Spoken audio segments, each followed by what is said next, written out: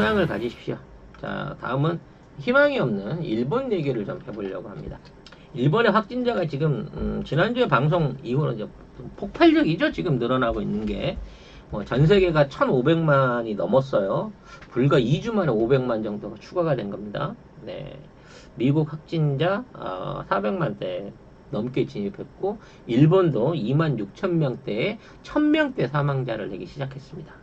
그리고 하루 감염자가 660명, 664명까지 늘어나면서 처음에 이제 그 봉쇄 조치 이전의 상황을 뛰어넘는 어마어마한 확산을 보여주고 있습니다. 네. 이게 이제 봉쇄 푼 지가 한 달이거든요. 네. 한 달 만에 지네들 통계로 무려 11배가 확진자가 증가를 하고 있는 상황인 겁니다. 그래서 이와 관련돼서 이제 뭐랄까 여러 가지 원인들 분석이 나오고 있어요. 도쿄 입장에서는 이제 그거였죠. 유흥가, 특히나 카바레나 호스트바 이쪽에서 감염이 돼가지고 이 남자들이 감염시킨 거를 주부가 받아와서 다시 집에서 재감염을 시키고 있다. 그래서 이제 지금 나타나는 거 보면 유흥업 종사자들이 한 절반 정도 되고요. 일반 직장인들, 출퇴근한 직장인들 사이에서도 이제 이게 막 늘어나고 있어요. 근데 문제는 뭐냐? 하루에 600명 확진이 되고 있는데 검사 총 인원이 2,000명밖에 안 되는데 600명이 나왔다는 겁니다. 2만 명을 했으면 6,000명 나왔을 거예요. 우리나라처럼 한 2만 명, 3만 명 했으면 6,000명, 10,000명 나왔을 수준이에요, 지금. 그만큼 일본의 코로나 확산이 심각한 지경으로 가고 있는 거예요. 우리는 20일 기준으로 해서 26명 나왔죠. 네. 이 중에 지역 감염자는 4명밖에 없었습니다. 이 정도 줄이었다고 하면 어디서 또 돌발적인 지역 감염 툭 튀어나올 수도 있을 겁니다만, 5월달 이후에 이태원 클럽에서 시작됐던 2차 이른바 GH형 코로나에 대한 감염을 거의 지금 완벽하게 막아가고 있다라고 해도 과언은 아니라는 거죠. 근데 일본은 사실상 더 이상 막아낼 수 있는 방법이 없어졌다는 겁니다. 그래서 이 사태를 놓고 이제 일본 정치인들끼리 이제 설전이 붙은 거예요. 이제 고이케 우리 고요사한테 아베는 이제 직접 그런 얘기를 못하니까 스가 관방장관이나 갓도 후생 노동상이 도쿄를 관리를 어떻게 했길래 이 모양을 만든 거냐라는 식으로 얘기한 거고, 여기에 이제 고요사 그냥 넘어가겠습니까? 60% 지지받고 있는 고요사가, 우리 고요사는 야 이게 지금 일본 본연의 문제 이게 아니잖아. 그래도 우리는 검사를 해갖고 추적을 하고 확진자를 찾아내고 있지. 일본 다 한번 까볼까? 전체적으로 니들이 잘못해서 그런 거 아니야? 라고 얘기하면서 4단계로 경보를 확 끌어올렸어요. 근데 그냥 경보만 끌어올렸지 별다른 대책은 없습니다. 그래서 이거 봉쇄를 하거나 이런 거를 추진할 마음이 없는 거죠, 고여사도. 그래서 정부에서 나선 거예요, 일본 정부가. 그래서 확진자가 소출하는 호스트 클럽 및 유흥업소에 대해서 풍속 단속을 하겠다. 그러니까 이게 영업 정지를 하는 게 아니라, 마스크 쓰고 근무하는지, 가라오케 볼륨은 10 이하로 하고 있는지, 손님은 스테이지 못 가고 종업원들만 부르고 있는지, 종업원과 손님들이 항상 1m 이상 거리를 유지하고 풍속 단속을 하겠다 라고 하는 발표를 내는 거죠. 전번 FA도 설명드렸다시피 눈 가리고 아웅 하는 건데요.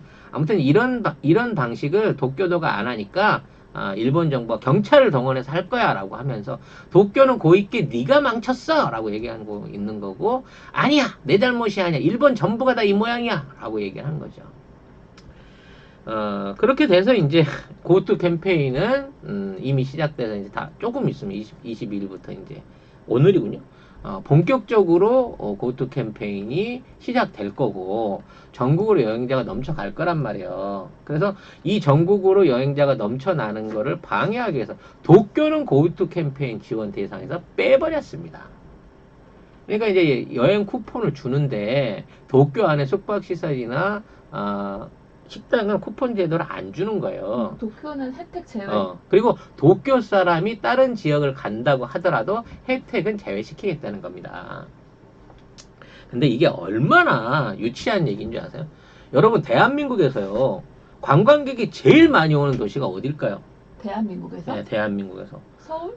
이게 대부분은 무슨 제주도 뭐 이렇게 얘기하시는데, 사실 외국인들도 그렇고 내국인들도 그렇고 가장 관광을 많이 오는 데가 서울이에요. 모든 나라가 다 그렇죠. 또 수도가 최우선이잖아. 수도가 그 나라 관광의 중심이에요. 가본 적은 없지만 저는 한 번은 가봤습니다만 도쿄 거리 은자거리 또 뭐지? 무슨 자꾸지 아무튼 이런 데서부터 동경어시장 등등 도쿄의 웬만한 관광 명소들을 우리가 다 꿰고 있잖아. 가보진 않았어도. 그러니까 일본 안에 있는 사람들도 그렇고 해외에 있는 사람들도 그렇고 도쿄가 사실은 제일 관광의 메카거든. 근데 그 도쿄를 지원을 안 해준다는 거야. 근데 문제는 지원은 안 해주는데, 그러니까 도쿄 안에 있는 숙박업소나 이런 건 안 해주는데 통과하는 사람에 대해서는 이거를 허용했다는 거야. 그러니까 무슨 얘기냐면 잠은 도쿄 외곽에서 자는 거야. 교통편 좋으니까. 도쿄 외곽에서 자고 낮에 들어가서 도쿄에서 놀다 나오는 거에 대해서는 숙박이 됐든 뭐가 됐든 다른 지역에서 쓰는 데 대한 저기를 다 준다는 거지. 그러니까 잠만 도쿄에서 안 자면 도쿄 관광이 얼마든지 가능해. 예? 이런 식으로 이걸 만들어 놓은 거야, 대책을. 그러니까 결과적으로 도쿄 사람이 외지에 가서 이제 차별받는 부분은 그거는 이제 이미 고위계가 이제 완전히 이 열이 뻗어갖고 이런 식으로 차별을 하냐라고 하고 있는데, 근본적으로 도쿄를 방문해서 들어오는 관광객들을 막거나 차단할 수 없기 때문에 도쿄를 중심으로 한 감염은 계속해서 확대될 수밖에 없다는 거예요. 도쿄에 가면 제일 유명한 게 뭡니까? 가고 싶은 데가. 디즈니? 그렇지. 디즈니랜드 같은 거를 가게 되면 아무래도 사람이 바글바글 모이잖아요. 그러니까 폐쇄를 해야 되는 게 맞잖아. 근데 폐쇄는 못 시키는 거야. 그래서 새로운 대안이 나왔어요. 도쿄 디즈니랜드나 놀이시설을 가서 롤러코스터를 타는 건 괜찮아. 근데 소리를 지르지 말래. 침튄다고. 마스크를 반드시 착용하고 롤러코스터에서 소리 지르는 걸 금지해라. 이게 대책 아니야. 대단하지 않습니까? 네. 이를 악물고 소리를 지르면 안 되는 거예요. 이렇게 무리하게끔 지금의 이제 고투 캠페인을 진행한 이유는 설명을 이미 드렸어요. 설명을 드렸는데 도쿄를 빼놓은 상태에서 이게 얼마나 실효가 있을지는 알 수 없습니다. 근데 실효가 있든 없든 간에 상관이 없다는 거야. 지금 이러한 고투 캠페인을 진행시키고 있는 이른바 실세가 있을 것으로 얘기가 나오고 있어요. 네. 일본 여행협회의 회장이 있습니다. 다카와 히로미라고. 네. 다카와 히로미라는 이 사람이 있는데, 이 여행협회가 이 쿠폰 발행을 하자마자 이제 예약을 받을 거 아니에요. 3박 4일 무슨 교토 패키지 이런 거 예약을 받을 거 아니에요. 일시에 가격을 올려버렸습니다. 그러니까 이게 이제 쿠폰을 주는데 가격을 올려버렸어. 그렇기 때문에 사실상 이거를 여행을 가는 일본 사람 입장에 할인 효과 사라진 거야. 깎아주긴 깎아주는데 예전보다 더 비싼 가격에 가야 되기 때문에 할인 효과가 없어진 거지. 그런 상황에서 이 쿠폰들이 돌아다니고 있는데 이 쿠폰들이 만일에 안 쓰여지면 어떻게 된다고요? 국고로 환수된다고? 아니, 여행업계 자산으로 그냥 들어가는 거야. 지원금으로. 그러니까 일단 기본적으로 약 12, 3조 원 가까운 쿠폰 가격에 대한 모든 집행 권리는 아까 이 사람이 쥐고 있는 거지. 히로미 오빠가. 그러니까 이 오빠 입장에서는 도쿄를 빼놔도 괜찮아. 왜냐면 도쿄 사람이 오고 이래가지고 감염이 확산되는 것보다는 되든 안 되든지 간에 여행이 일어나고 있다는 분위기만 조성하면 돼. 그리고 그 쿠폰을 이용해서 쓰든 안 쓰든지 간에 쿠폰이 남으면 그 돈 정부에 반환 안 해. 여행업계가 자체적으로 이거를 여행 증진을 위해서 보조금 내지는 운영 비용으로 조져버릴 거거든, 이 돈을. 응? 그렇게 되기 때문에 뭐랄까 이 돈은 이미 이제 날아간 거예요. 도쿄 사람들이 되고 안 되고는 중요하지 않아. 아무튼 이렇게 되다 보니까 코로나 확산은 피할 수 없게 되는 거예요. 도쿄로 들어와서 스스로 감염을 받아갈 사람들이 어마어마하거든. 안 그러고 다른 데는 갈 데가 없어. 어디 산속에 있는 온천이나 바닷가나 뭐 절경.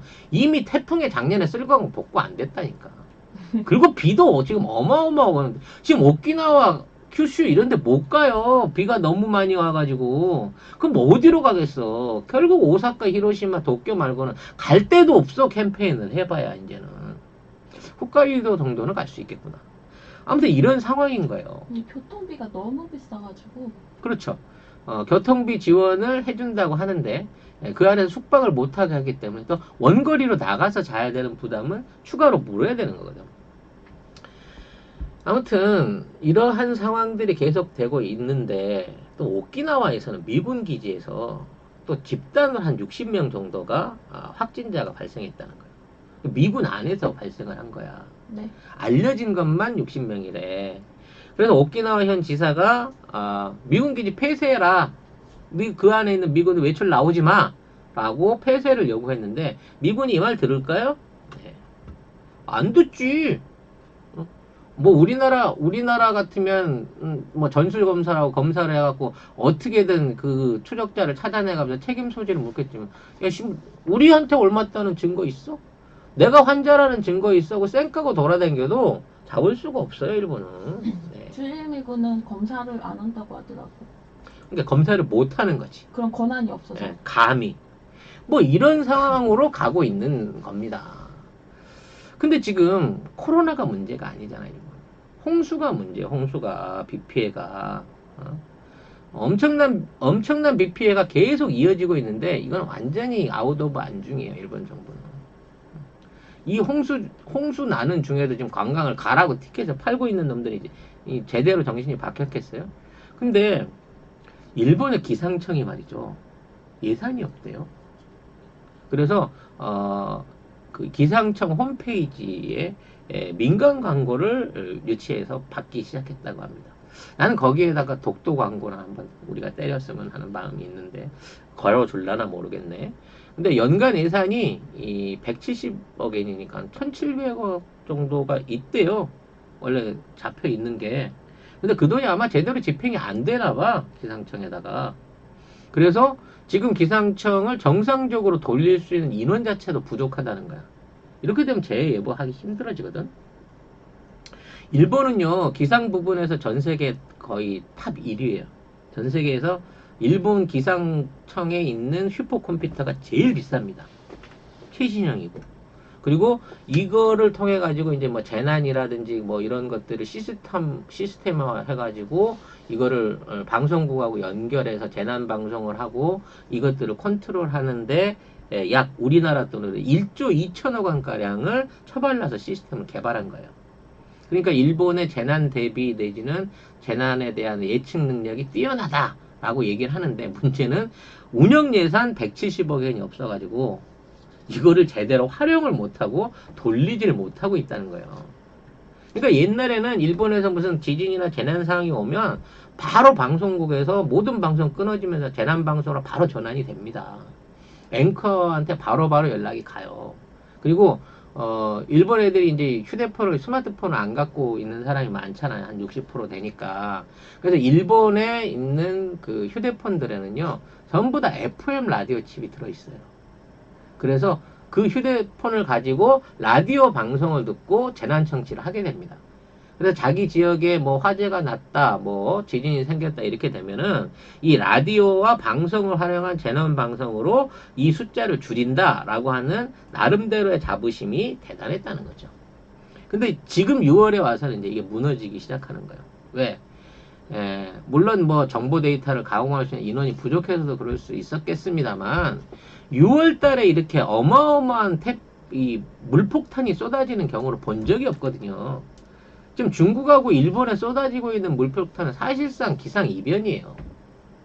인도양에서 발생하는 거대한 비구름들이 이게 비구름 상태에서 그대로 오다가 중국에 와서 차가운 공기를 만나서 그때부터 물을 뿌리다 보니까 얘네들이 사실상 뭐 50년, 100년 만에 역사적인 호우를 뿌려대면서 신기록을 계속해서 갱신하고 있는 거죠. 그러니까 일본 기상청도 사실 이 정도까지는 예상을 못했던 거라 여기에 대한 대책이 전혀 준비가 안 돼 있는 거예요.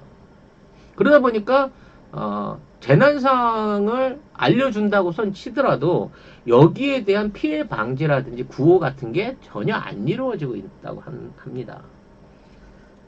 근데 그거는 그냥 재난 방송만의 문제는 아닌 것 같아요. 그러니까 이제부터 얘기를 하는 거야.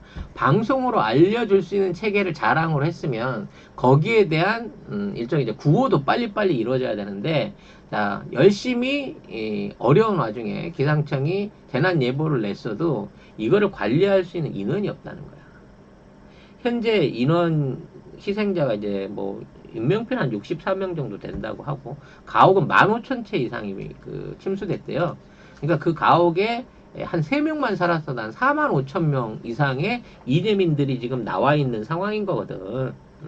그런데 이번 이 홍수의 특징, 이거를 보게 되면 일종의 공통점이 있어요. 그 공통점이 뭐냐면 대부분의 홍수가 그 수력 발전을 주로 하는 지역에서 나타나고 있다는 거죠. 그러니까 수력 발전을 하기 위해서 물이 적었던 5, 6월 달에는 물을 안 빼고 있는 상태에서 상당한 고수위를 유지를 했던 거예요. 왜냐면 7, 8월 지나서 8, 9월 돼 태풍은 그때부터 비가 많이 오고 강수량이 는다니까 그때에서 물을 빼려고 하고 이 조수댐 자체에 있는 전체적인 용량을 높여놓고 있었던 거지. 근데 갑자기 6월 달에 이렇게 비가 오게 되니까 이게 이제 사실상 댐이 의미가 없어져 버린 거예요. 산사댐도 지금 의미가 없습니다. 산사댐이 저장 용량이 넘어서다 보니까 물이 들어오는 대로 물을 계속해서 뿜어내고 있어요. 중국 정부는 시간당 7만 톤 정도만 낸다라고 하는데 산사댐에 있는 지상수문, 지하수문 26개씩, 23개씩 있거든요. 46개 수문이 다 열려 있는 거예요, 현재로서는. 사실은 산사댐 때문에 중국 지형이 오히려 바뀌었잖아요. 지형이 바뀐 거는 오래전 일이긴 하지만 중요한 거는 산사댐이 홍수 조절 기능을 한다고 했는데 이 평상시에 물을 안 비워놓고 4분의 3 이상 채워놓은 상태에서 폭우를 맞으니까 홍수 조절이 전혀 안 되는 상황이 된 거죠. 일본도 지금 똑같은 상황이 걸려 있다는 거예요. 오히려 장애가 되고. 그렇죠. 그 댐들 때문에 오히려 장애가 돼서 물난리를 확대시키고 있는 겁니다. 댐을 뚫어버릴 수는 없잖아. 특히나 관서 지역. 늘 말씀드렸죠. 일본은 관서 관동이 전기가 헤르츠가 틀리다. 왜? 관서에서는 주로 수력 발전에 의존하니까 50Hz. 관동에서는 화력 발전이니까 60Hz로 해서 전기 자체가 틀려요. 그만큼 이 관서 지역은 이 전력의 이 수력 발전에 의존해갖고 높이는 그 전력 소모량이 많았기 때문에 이런 비가 올 줄 모르고 이만큼 많이 쏟아질 줄 모르고 그 물을 비우는데 실패한 거예요. 중국도 마찬가지예요. 그래서 이게 쏟아지게 되니까 어마어마한 물난리가 나는 거고 대책도 없는 거예요. 이미 강이 전체적으로 한 3, 40%만 차 있고 70% 비어 있으면 자연 방류가 되는데 이미 그거를 너무 많이 채워 있는 상태에서 상상하지도 못한 50년, 100년 만에 폭우가 내리니까 이러한 재해를 그냥 다 받을 수밖에 없다는 거예요. 여기서 좀 사족을 좀 붙이자면요. 사실 이거 조심해야 됩니다, 우리도. 지금 쏟아지고 있는 중국이나 일본에 쏟아지고 있는 물폭탄이 한국을 비껴나간 이유는 제가 설명을 드렸을 거예요.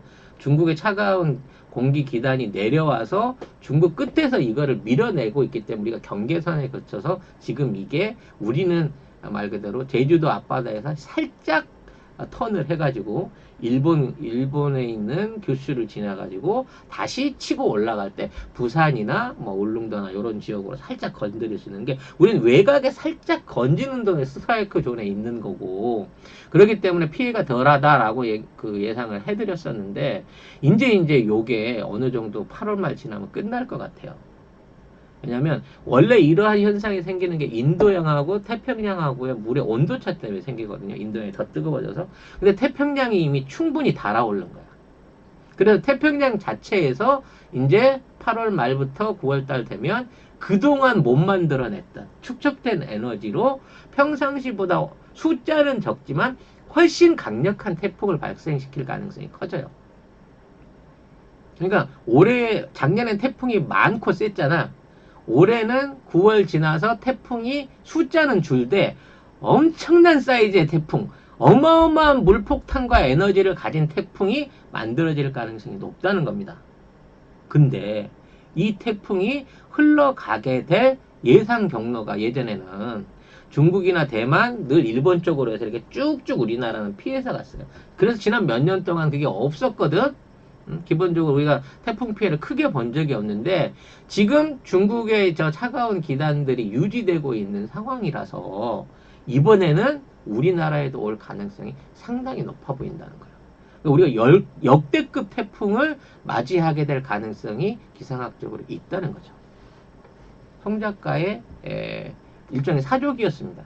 9월이나 10월 초순 가서 정말 그런 태풍이 오게 된다고 하더라도 우리나라는 지금에 있는 상황을 반면교사 삼아서 잘 준비해야 됩니다. 그래야 이 역대급 물난리를 피해갈 수 있을 거고 정말 우리 정부가 잘 해낼 걸로 봐요. 역대급 더위라고는 들었는데 올해. 덥긴 뭐 더워 지금. 그러니까. 하나도 안 덥잖아. 그냥 마른 장마 계속 우리나라는 가고 지금 중국 일본만 물폭탄에 죽어나는 거지. 그런 가운데 이제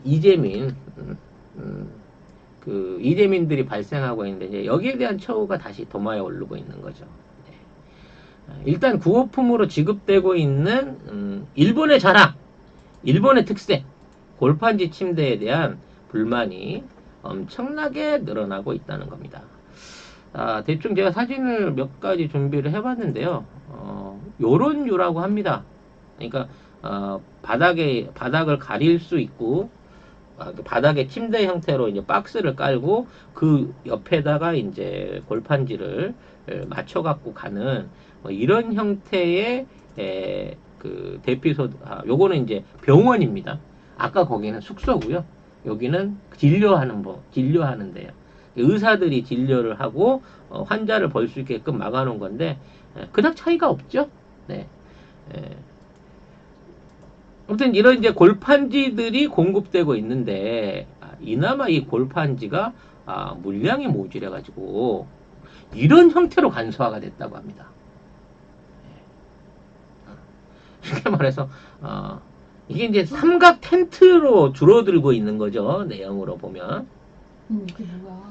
그러니까 뭐 좀 이렇게 사용량을 부피로 줄여준 거예요. 근데 문제는 뭐냐? 이 내구성의 문제가 심각하게 드러나 있다는 거야. 왜?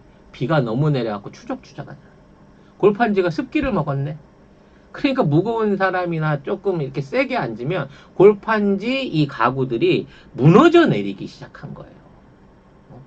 그렇게 되다 보니까 여기에 대해서 문제가 많다라고 하는 얘기가 계속 나올 거 아니에요. 그렇게 되니까 일본 정부가 대책을 내는 게 뭐냐? 앞으로는 좀 더 튼튼한 골판지를 사용하도록 하겠다라는 게 대책입니다. 아니 이거 택배 받으면 내가 만질 수 있을 것 같아요. 아니 그래 실제로 이건 이제 학생들이 사용하는 부스거든요. 네. 학생들이 공부하는 부스인데 요거를 그냥 주는 게 아니라 조립식으로 줘가지고 학생들이 직접 조립해서 사용할 수 있도록 그렇게 한다네요. 그리고 가구라든지 수납장 같은 것들을 이렇게 골판지로 만들어서 제공하는 이런 상품들이 계속해서 늘어나고 있다고 합니다. 보미 작가 내가 퀴즈 하나 낼까요? 지금 올라오는 사진 이게 뭘까요? 지금 올라와 있는 이 골판지 제품 이게 뭘까요? 이거 응. 이거 손 스루인가? 드라이브 스루 같은 거. 이게 방호복입니다. 골판지 방호복. 이걸 입고 손을 앞으로 내밀고 저 그러니까 비슷한 거죠. 화장실이 압도적으로 많이 네. 올라오네요. 그럼 변기고요.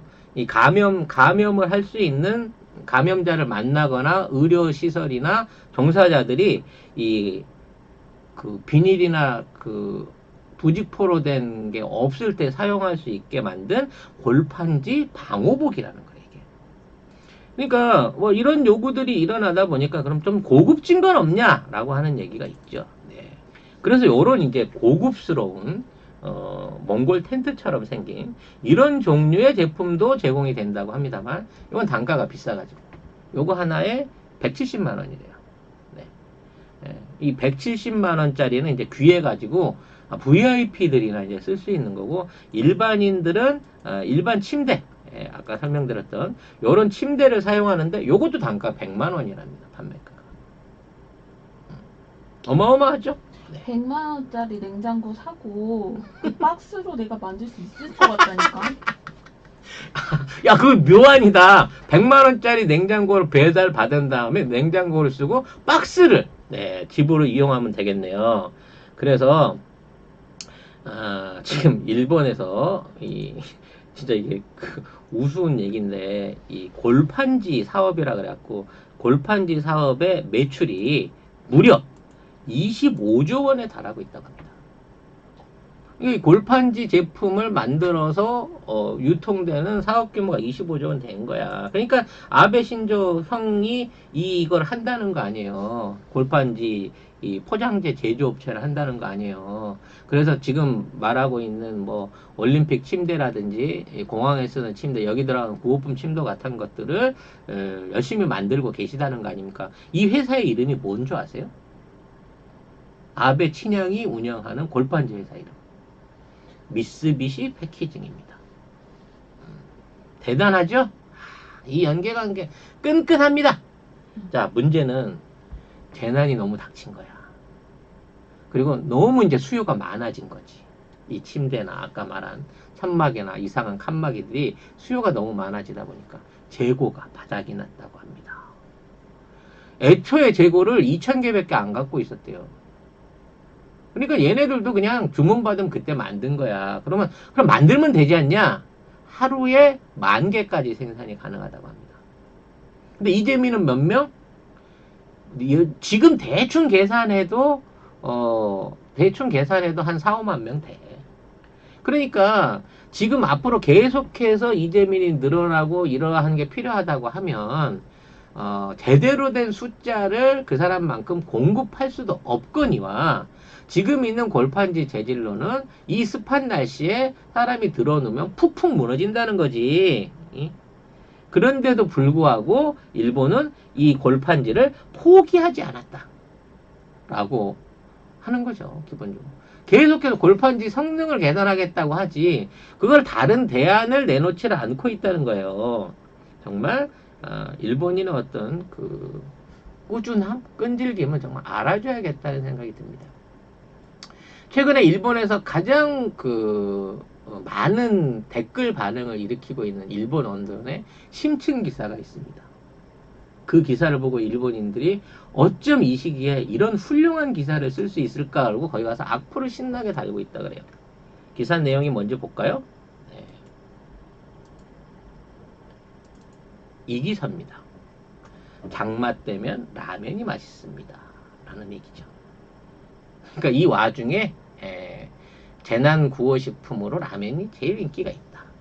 비만 오면 라면이 땡긴다라는 거를 과학적으로 분석해낸 이런 훌륭한 기사들을 언론이 쓰면서 이걸 뭐 민심 달래기 차원으로 봐야 될지 뭐 알 수가 없습니다만 아무튼 언론의 태도도 예전하고 다른 거야. 재난이 있어서 심각합니다. 뭐 이런 내용에 대한 보도나 거기에 대한 사후 조치보다는 일단은 골판지 쓰시고요. 네. 배고프시면 비 올 때는 라면이 최고입니다. 라고 방송을 하고 있다는 거죠. 대단한 멘탈이라 아니할 수 없습니다.